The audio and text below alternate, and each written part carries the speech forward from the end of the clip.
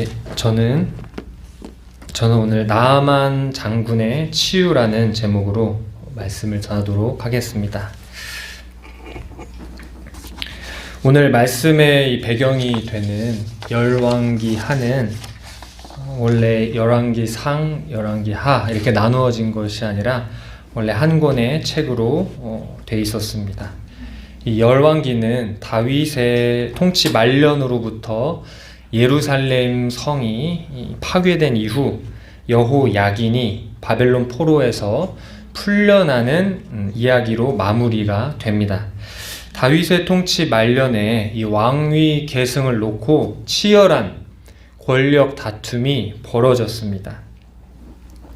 다윗의 넷째 아들 아도니아가 다윗이 노쇠한 틈을 타서 요압 장군과 그리고 아비아달 제사장을 규합해서 이제 왕위를 차지하려고 했지만 이 밧세바와 나단 선지자가 발빠르게 움직여서 솔로몬을 이 다윗 왕위를 이을 계승자로 이렇게 세우게 됩니다. 이로써 다윗 왕가의 공식적인 이 왕위는 솔로몬이 이어받게 됩니다. 이 솔로몬 왕은 처음에는 다윗의 길로 행하여 하나님의 백성들을 잘 다스릴 지혜를 구하면서 겸손한 모습을 보였지만, 그러나 이후에 이 이방 여인들과 결혼을 하면서 또한 북쪽의 지파들을 고된 노동으로 압제하였던 것입니다. 이 솔로몬의 죽음 이후에 북쪽 지파는 반란을 일으키게 됩니다.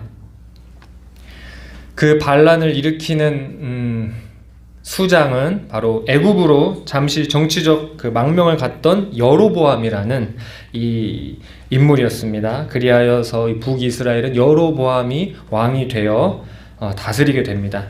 이 여로보암은 북이스라엘 남쪽 끝 베델과 그리고 북쪽 끝 단이라고 하는 지역에 각각 금송아지를 놓고 예배를 하게 함으로써 이 북이스라엘 지파 백성들이 이 남유다로 가서 예루살렘에 가서 예배를 하지 못하게 그렇게 했던 것입니다.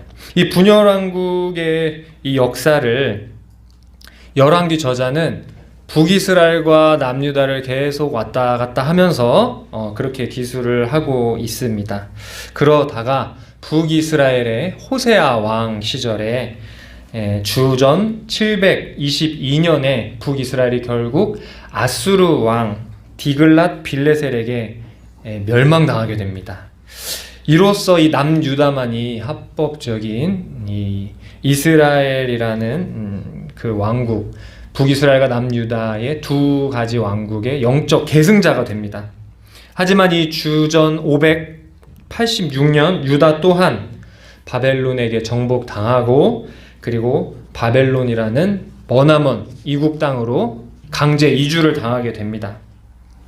이 열왕기와 역대기 모두 이스라엘의 역사를 기술하고 있습니다. 여기서 이 핵심적인 차이가 있다면은 이 열왕기는 이스라엘 역사를 부정적인 시각으로 봅니다.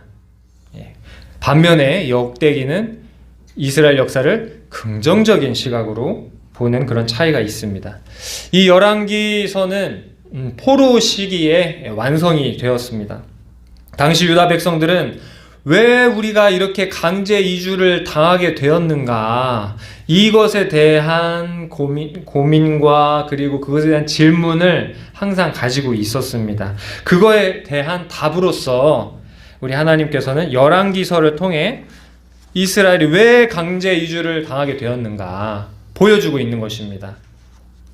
그것은 바로 끊임없이 하나님을 대적하고 반역하고 우상 숭배하고 하는 그런 모습들 때문에, 특히 신명기에 나타난 율법을 지키지 않았던 이유 때문에 이렇게 징계로서 이 포로민이 되었다는 것을 보여주고 있습니다.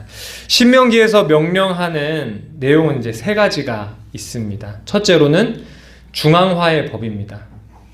예배를 드릴 때 하나님이 정하신 곳, 예루살렘에 가서 예배를 드렸어야 했는데, 앞서 말씀드렸듯이 북이스라엘은 정치적인 의도로 인하여 예배 처소를 단과 베델, 그것도 금송아지 우상을 놓고 드리겠습니다. 남유다는 어땠습니까? 이 남유다는 예루살렘에 그 하나님 예배 드리는 예배의 장소가 있는데 여전히 동산마다 우상을 놓고 우상을 숭배하는 것을 용인을 했던 것입니다. 이렇게 신명기에 중앙화의 법을 어기고, 둘째로는 왕의 법을 어겼습니다. 이 신명기 17장에서는 왕은 율법에 헌신을 해야 하고, 많은 부를 축적하려고 하면 안 되며, 또 많은 여성을 이 후궁을 들여서도 안 되고, 그리고 막강한 그 군대 군사력을 그렇게 늘려서도 안 된다고 그렇게 말씀에 나와 있었지만, 이 모든 것을 어기고 이 신명기 말씀을 지키는데 실패했습니다. 셋째로는 예언자의 법입니다. 북이스라엘과 남유다는 참 하나님의 그 참되신 말씀을 선포하는 이 예언자를, 이 선지자를 거부해 버렸습니다. 그리고 거짓 예언을 하고, 사람들이 듣기 좋은 말을 하고, 그리고 하나님으로부터 받은 말씀이 아니라 자기의 그냥 생각에서 나오는 말, 이런 것들을 전했던 거짓 선지자들을 환영했던 것입니다. 이렇게 신명기에서 명령하는 이렇게 몇 가지 율법을 어겼기 때문에 신명기 27장으로부터 28장에 나와 있는 심판의 말씀이 바로 이스라엘 백성 가운데 임하게 되고 나라가 망하고 강제 이주를 당하게 되었던 것입니다. 그런데 이 죄악은 즉각적으로 이루어진 것이 아닙니다. 하나님의 선지자들을 하나님께서 끊임없이 보내서 회개하라고 그렇게 외쳤지만, 이스라엘 백성들은 회개하지 않고 선지자를 핍박하고 죽이고, 그리하여서 이 심판이 계속해서 유보되다가 결국엔 이 수백 년간 축적된 국가적인 이 규모의 죄악이 결국에는 국가적인 규모의 강제 이주라는 이러한 심판으로 나타난 것입니다. 하지만 이 모든 이스라엘 그리고 남유다의 모든 역사의 그 끝에 하나님의 은혜가 나타납니다. 바로 유다의 왕 여호야긴이 그 바벨론으로부터 이제 풀려나고 이제 석방이 되고 복권이 되는 그런 하나님의 은혜가 나타납니다. 이스라엘의 백성의 불순종과 우상 숭배에도 우리 하나님께서는 다윗 언약을 기억하셔서 그들을 완전히 진멸하지 않고 완전히 흩어버리지 않으시고 돌아오게 하셨습니다. 이 여호야긴을 훗날 이 마태복음 1장에 예수님의 족보에 여고냐라고 이렇게 기록되어 있고, 바로 요셉의 조상으로 기록되어 있습니다. 이스라엘 역사 속에 왕들은 모두 하나님의 뜻을 이루는데 실패했습니다. 하지만 우리 다윗의 조상으로 오신 우리 예수님은 십자가와 부활을 통하여 세상을 향한 하나님의 뜻을 온전히 이루시고 영원히 승리하셨던 것입니다. 예수님만이 하나님 나라, 하나님만이 이 열방 가운데 우리 하나님께서 세우신 유일하고 완벽한 왕이시라는 것을 보여주고 있는 것입니다. 이러한 맥락 속에서 열왕기하 5장 이 말씀 또한 우리가 왜 포로가 되었느냐라고 묻고 있는 이 유다 백성들에게 이 나아만 장군의 이야기를 통해서 왜 너희들이 이렇게 포로민이 될 수밖에 없었는지를 보여주고 있는 것입니다. 이 이방인이었던 나아만 장군은 하나님 앞에 신실한 모습을 보이는데, 이 하나님의 언약 백성이라는 이스라엘 백성은 너무나도 패역한 이런 모습을 보여주고 있는 것입니다. 이 열왕기하 5장은 마치 단편 소설과 같이 매우 짜임새 있는 그런 구조를 이루고 있습니다. 이 짧은 내용 안에 많은 등장인물과 그리고 다양한 장소, 이런 것들이 굉장히 흥미롭게 진행되는 것을 볼 수 있습니다. 일반적으로 이 열왕기하 5장은 5가지의 구조로 구성되어 있다고 알려져 있습니다. 발단, 전개, 위기, 절정, 그리고 결말입니다. 오늘 말씀의 발단에 해당하는 것은 바로 나아만 장군에게 생긴 문제로부터 시작합니다. 본문 말씀 5장 1절입니다. 아람 왕의 군대 장관 나아만은 그의 주인 앞에서 크고 존귀한 자니 이는 여호와께서 전에 그에게 아람을 구원하게 하셨음이라. 그는 큰 용사이나 나병 환자더라. 이스라엘 옆에 아람이라는 나라가 있었습니다. 이 나라는 늘 이스라엘과 전쟁을 벌이던 원수의 나라였습니다.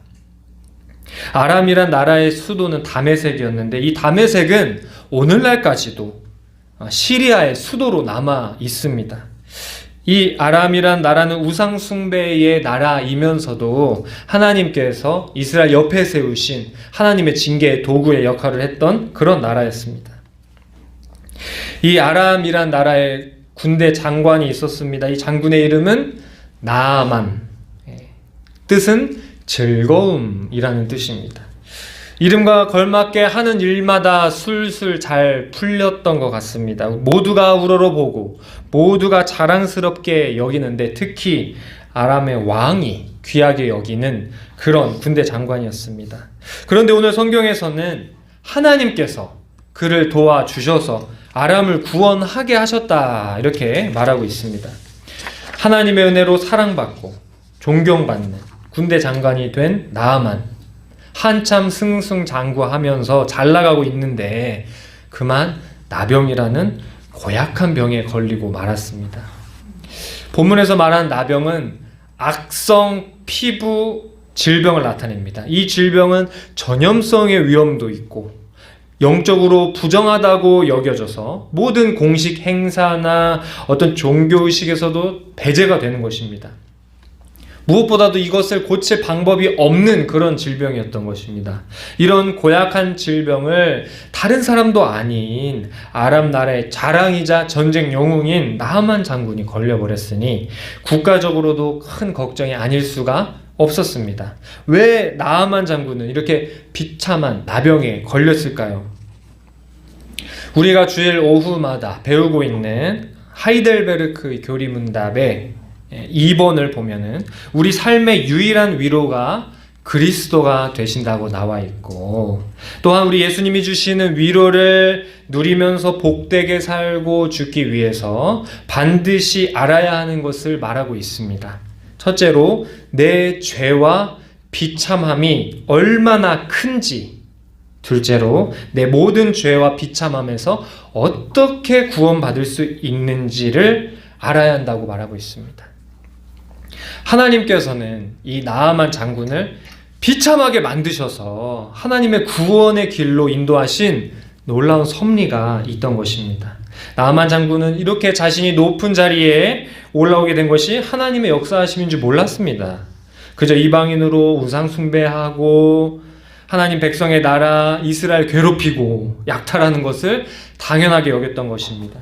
그 결과 나아만 장군은 웬일인지 무기력하게 이렇게 병이 들어버렸습니다. 어떻게 이 비참함에서 구원받을 수 있는지를 알 수가 없었습니다.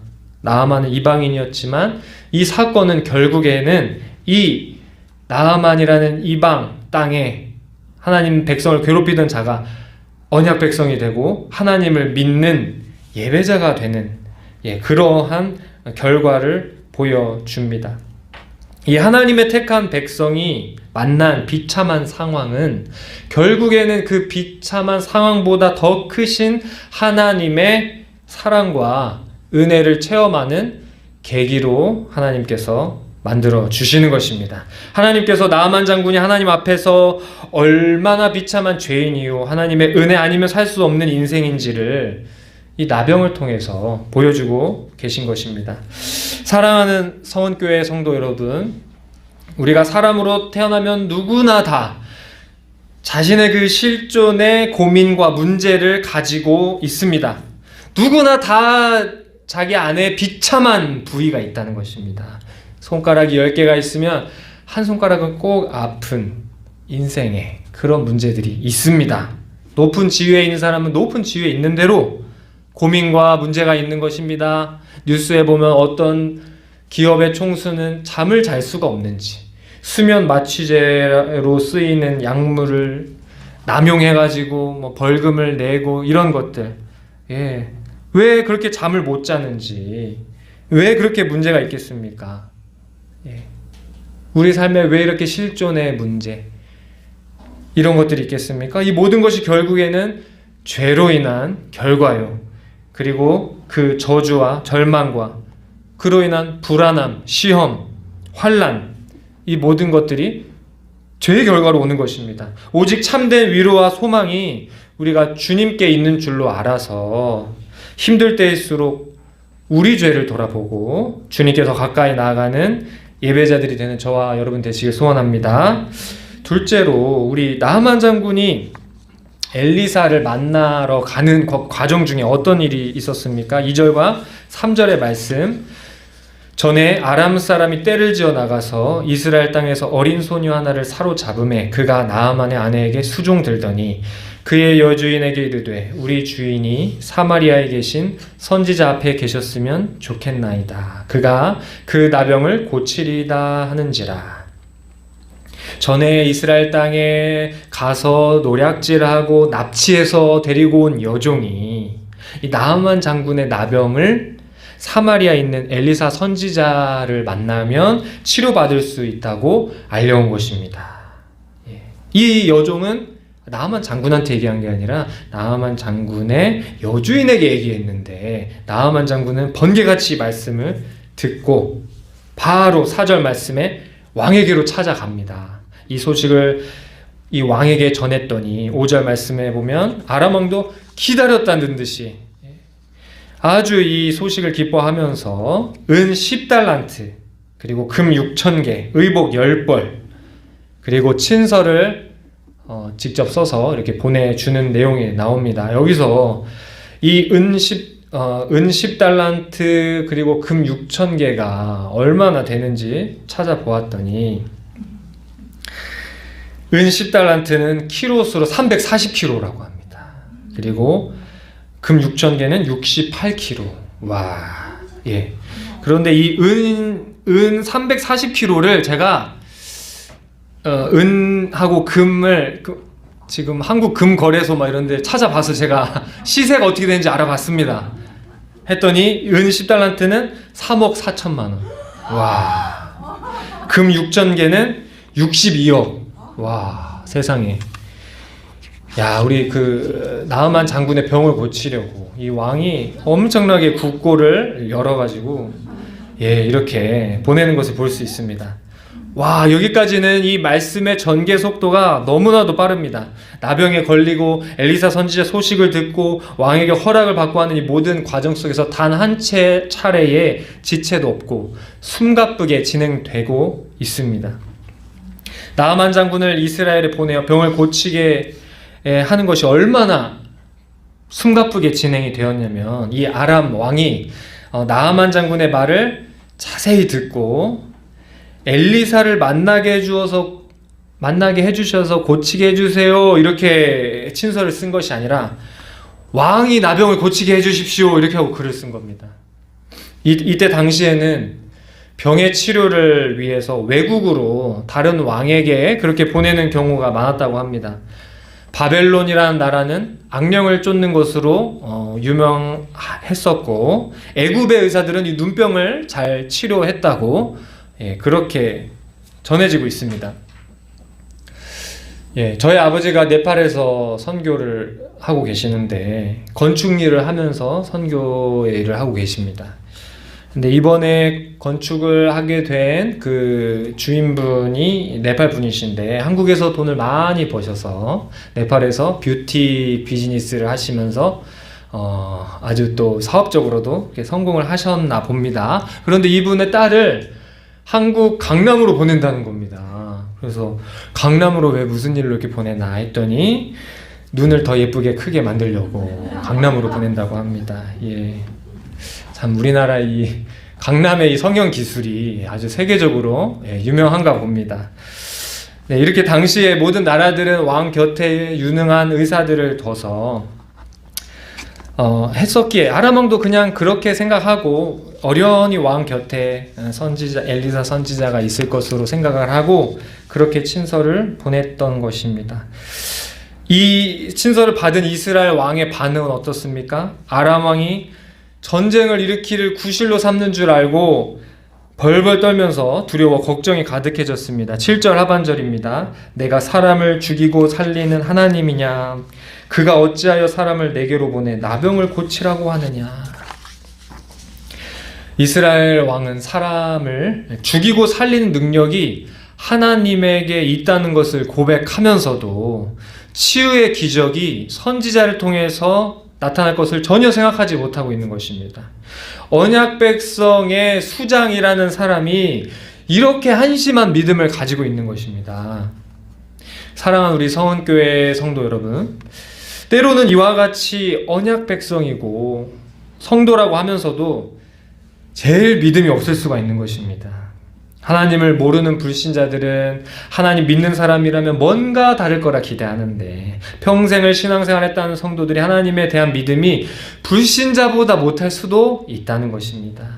우리가 예상하지 못하는 상황과 환경이 불어닥칠 때 불신자만큼도 못한 믿음을 가져서는 안 됩니다. 하나님 믿는다는 성도가 더 돈에 대해서 걱정하고 더 자녀들을 하나님께 내어 맡기지 못하고 더 일어나지도 않은 일을 가지고 불안해하면서 떨고 있는 모습이 우리의 모습일 수도 있다는 것입니다. 이 이스라엘 왕 곁에 엘리사가 있었는데 엘리야보다 곱절의 그 능력의 종 엘리사가 있었는데 깨닫지 못했듯이 우리 곁에도 보혜사 함께 하시고 돌보시고 인도하시고 하나님의 말씀을 깨닫게 하시는 성령 하나님께서 늘 함께 계십니다. 성령 하나님께서 모든 문제에 영혼의 문제, 우리 삶의 문제에 대한 빠져나갈 길을 알려주시고 하나님의 뜻을 이루게 하시는 인도자 되시는 것을 믿는 저와 여러분 되시기 바랍니다. 이 병든 나아만 장군은 우여곡절 끝에 엘리사를 만나게 이제 되었습니다. 엘리사의 집 앞에까지 왔습니다. 그런데 위기가 찾아옵니다. 바로 나아만의 자존심과 편견이라는 위기를 만나게 됩니다. 9절 말씀에 나아만이 말들과 병거들을 거느리고 이르러 엘리사의 집 문 앞에 서니 나아만 장군은 나병 환자가 되어 엘리사 앞에 섰습니다. 그런데 이 나아만 장군은 환자의 모습이 아니었습니다. 위풍당당하게 군사들을 거느리고 병거를 몰고 얼마나 많은 이 또 따르는 군사들이 있었겠습니까? 이 대단한 치료의식을 기대하고 나아갔던 이 나아만에게 엘리사가 직접 만나준 것도 아니고 사람을 보내서 그저 요단강에 가서 몸을 7번 씻으라 끝! 이렇게 말했던 겁니다. 이에 대한 나아만의 반응이 무엇이었습니까? 11절 말씀입니다. 나아만이 노하여 물러가며 이르되 내 생각에는 그가 내게로 나와 서서 그의 하나님 여호와의 이름을 부르고 그의 손을 그 부위 위에 흔들어 나병을 고칠까 하였도다. 나아만 장군은 아주 큰 실망을 했습니다. 나아만은 이스라엘 하나님과 선지자가 자기 나라의 신들과 자기 나라의 그 선지자들처럼 같을 것이라 생각했습니다. 그래서 뇌물로 돈도 많이 준비하고 자기 나라에서 늘 보았던 주술의식 혹은 그 종교의식 절차 이런 것들을 거창하게 할 줄로 기대했습니다. 그러나 엘리사는 이렇게 말 한마디로 끝냈던 것입니다. 엘리사는 왜 이렇게 의도적으로 일부러 나아만 장군을 만나주지 않고 말로만 이렇게 치료 방법을 전달했을까요? 바로 하나님은 나아만 장군이 생각하듯이 돈으로 살 수 있는 분이 아니라는 것입니다. 사람이 어떤 주술을 부려도 움직일 수 있는 분이 아니라는 것입니다. 사람이 어떻게 조정할 수 있는 분이 아니라 하나님은 절대적인 주권을 가지고 계시고 모든 인생에게 값없이 은혜를 베푸신 하나님이시라는 것을 알려주고 계시는 것입니다. 그래서 이 엘리사 선지자는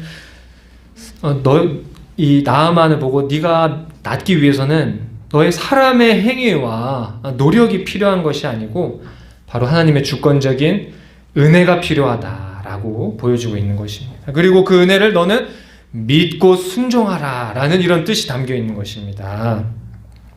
이 나아만은 병만 치료하기를 원했는데 이 엘리사는 병을 치유할 뿐만 아니라 그 병을 치유하시는 하나님을 알게 하려는 의도를 가지고 이와 같이 행동했던 것입니다. 하지만 이런 깊은 뜻을 나아만이 알 수 있었을까요? 그걸 알 턱이 없었습니다.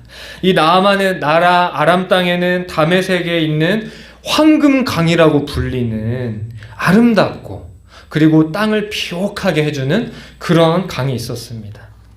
반면에 요단강은 이 다메섹강 아마나다와 바르발이라고 하는 이런 아주 훌륭한 강이 있었는데 그 강에 비하면 아주 볼품없고 조그맣고 그리고 흙탕물이었습니다.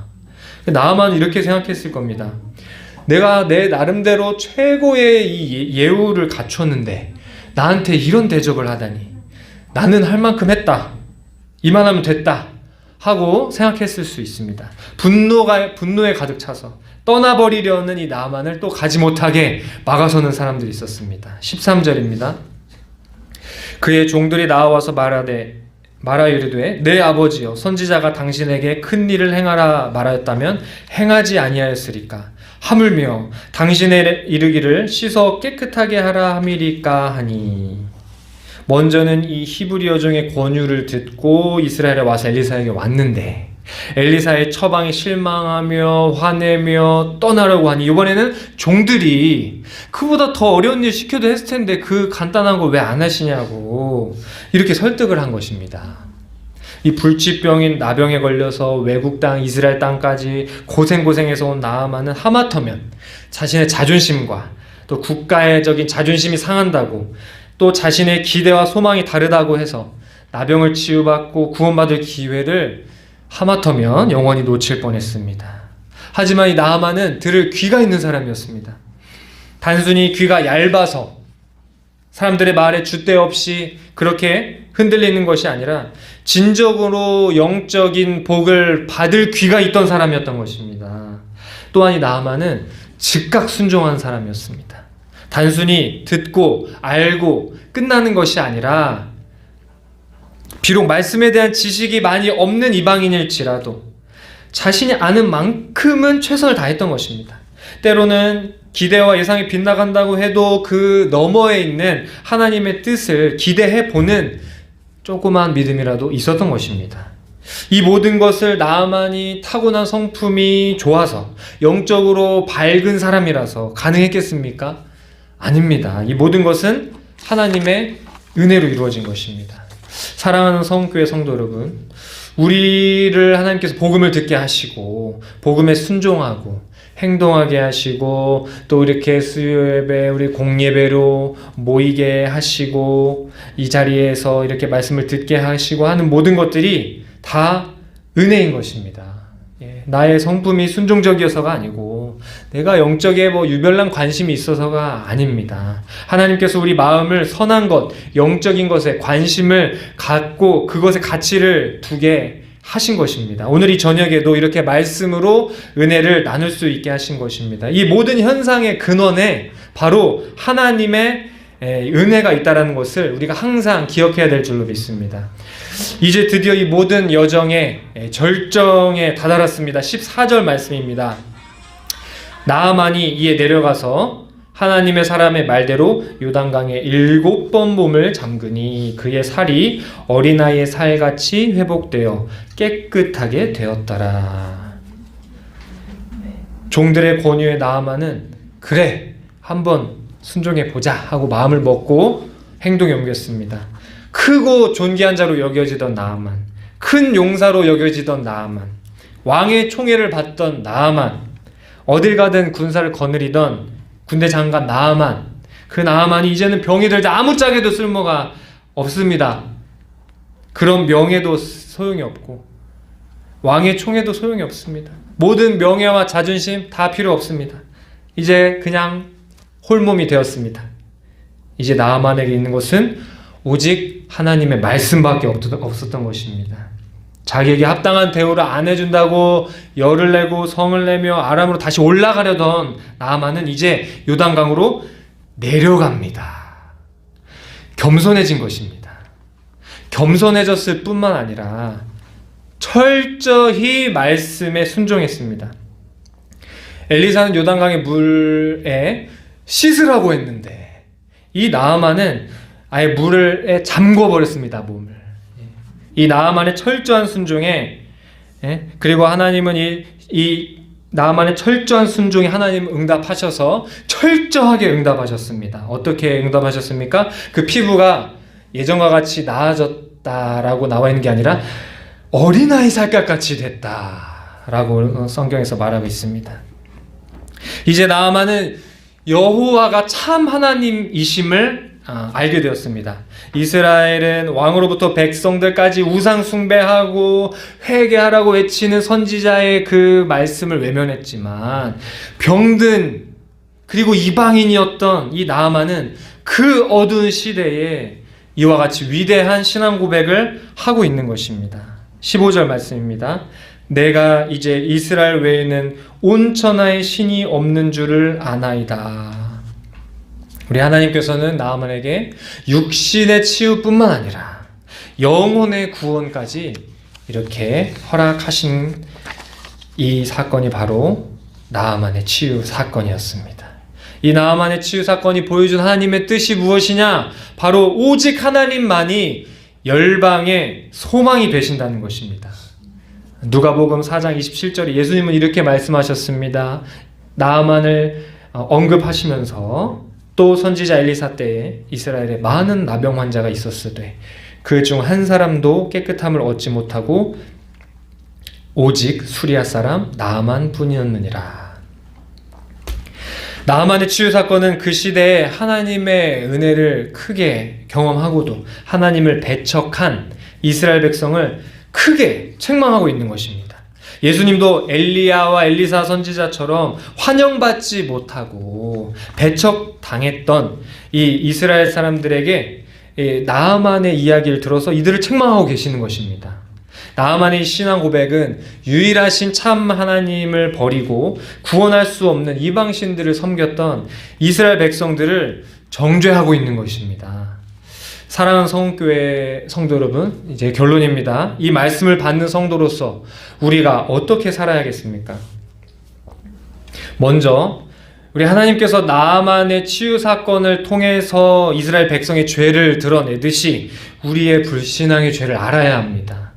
이스라엘의 죄는 하나님의 백성이라고 하면서 하나님에 대한 믿음도 없고 순종도 없었습니다. 입술로만 하나님을 고백하고 삶의 현장에선 하나님 없는 것처럼 그렇게 우리도 살고 있을 수 있다는 것입니다. 오늘날 우리가 만난 불신앙이 무엇이 있겠습니까? 말씀은 곁에 항상 있지만 순종이 없는 것입니다. 이스라엘 땅에 성전도 있고 선지자도 있지만 말씀대로 살지 않았습니다. 세상적으로 살았던 것입니다. 이 열왕기 시대에도 이스라엘 백성은 바알 문화에 동화되어서 언약 백성으로서의 구분이 전혀 없었던 것입니다. 문제를 닥쳤을 때 엎드려서 기도하기보다 낙심해버리고 세상 즐거움, 안위함 의지하고 싸울 일 있으면 막 싸우고 남 탓할 일 있으면 남 탓하고 절대 손해 안 보려고 하는 이런 세상적 모습들 우리 안에도 있을 수 있다는 것입니다. 때로는 이 하나님 안 믿는 사람들 중에 더 사리사욕이 없고 더 순수한 마음으로 사람들을 돕고자 하고 공익의 유익을 도모하는 사람들이 있습니다. 진짜 칭찬받는 하나님 안 믿는 사람들이 있다는 것입니다. 우리 성도님들이 이런 사람들을 볼 때 저렇게 아무리 착해도 하나님 안 믿고 아무 소용없어 이렇게 할 것이 아니라 우리는 진정 부끄러워야 되는 것입니다. 안 믿는 자를 통해서 우리를 부끄럽게 하시고 우리의 연약함을 보게 하시고 우리 죄를 돌아보게 하신다는 것을 우리는 깨달아야 할 줄로 믿습니다. 다음으로는 우리가 주어진 말씀에 즉각적이고 완전한 순종으로 나아가야 됩니다. 이 순종은 내일이 없습니다. 당장 해야 됩니다. 유통기한이 있습니다. 이 순종에도. 한 살이라도 어릴 때에 하나님 말씀을 듣고 순종해야 됩니다. 예. 우리 다음 세대 여기 우리 희망이 여기 있습니다. 말씀에 순종해서 예배의 자리로 나온 우리 순종의 아들과 딸들 축복합니다. 예. 반대로 하나님 말씀에 우리가 반응하기를 지체하고 미루다 보면은 이것이 하나의 버릇이 되어 버립니다. 못된 습관이 되어 버립니다. 우리 안에 계신 성령께서 주시는 감동에 점점 무뎌지는 것입니다. 우리가 하나님의 뜻을 따라간다는 것은 내게 주어진 하나님 말씀에 순종한다는 것입니다. 우리는 하나님 말씀에 귀를 기울이는 정도가 아니라 아예 하나님 말씀의 강이라는 그 요단강에 남아의 몸을 잠궈버리듯이 우리 하나님 말씀에 우리를 잠궈버려야 되는 것입니다. 예. 여기 이렇게 성경책이 있습니다. 자, 이제 이 연필이 이제 우리라고 하겠습니다. 예. 이 말씀의 강에 단순히 이렇게 7번 씻어라가 아니라 우리는 나아만처럼 이 말씀의 강에 그냥 푹 빠져서 잠궈버려야 됩니다. 이렇게. 할렐루야. 세상적인 생각, 내 마음의 불신앙의 마음을 꺾어버리고 매일 말씀을 펴고 우리 마음과 생각을 잠그고 또 말씀에 나를 꽁꽁 묶어야 되는 것입니다. 우리 청년부 모임을 계속 가지고 있는데 어떤 말씀을 묵상하고 있냐 이렇게 물을 때 한 달 전인가요? 이렇게 선포된 말씀을 붙잡고 있다는 것입니다. 막힌 땅, 열린 하늘, 이 말씀을 자기 붙잡고 있다는 것입니다. 이러한 모습이 말씀에 잠긴, 완전히 말씀에 매인 바 돼서 그 말씀을 붙잡고 그리고 그 말씀을 붙잡고 기도하는 그것이 바로 말씀의 흥왕함이 이렇게 나타나는 줄로 믿습니다. 우리 청년부에 놀라운 은혜가 있을 줄 믿습니다. 오늘 우리 예배에 나오신 우리 모든 성도님들은 다 이 말씀의 은혜의 강에 잠기고 기적을 경험하는 놀라운 인생으로 하나님께서 축복해 주실 줄로 믿습니다. 우리 사랑하는 성은교 성도 여러분, 항상 말씀을 통해 우리 불신앙을 점검하고 말씀에 순종하여 우리 하나님께만 영광 돌리는 저와 여러분 되시길 바랍니다. 기도하겠습니다. 하나님 아버지 감사합니다. 우리 안에 나도 모르게 틈탄 불신앙이 있다면 깨닫게 하시고 불신앙으로부터 돌이킬 수 있게 해주시옵소서. 또한 주신 말씀에 민감하게 반응하고 즉각적인 순종으로 나아갈 수 있는 은혜를 허락하여 주시옵소서. 예수님의 이름으로 기도합니다. 아멘.